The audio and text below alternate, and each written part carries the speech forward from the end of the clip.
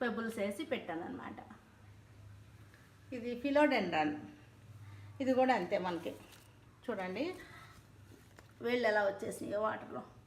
చాలా బాగా గ్రో అవుతుంది వాటర్లో, ఇంట్లో పెట్టుకున్నా సరే బాగా గ్రో అవుతుంది. ఇదిగోండి, ఇది జీచి ప్లాంట్ అన్నమాట.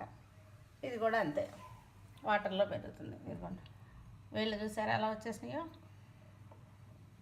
కొత్త చిగుర్లు కూడా వస్తాయి మనకి వాటర్లో పెట్టిన తర్వాత, పెరుగుతుంది అన్నమాట.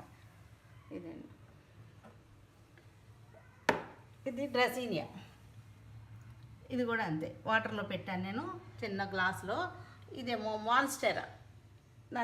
ఇది చాలా చిన్న కొమ్మ అన్నమాట, చాలా పెద్ద ఆకు అవుతుందండి. ఇది ఆకులు చాలా పెద్దగా అవుతాయి. ఇది ప్రస్తుతం ఇప్పుడే పెంచుతున్నాను అన్నమాట దీనిలో వాటర్లో పెట్టి. ఇదండి,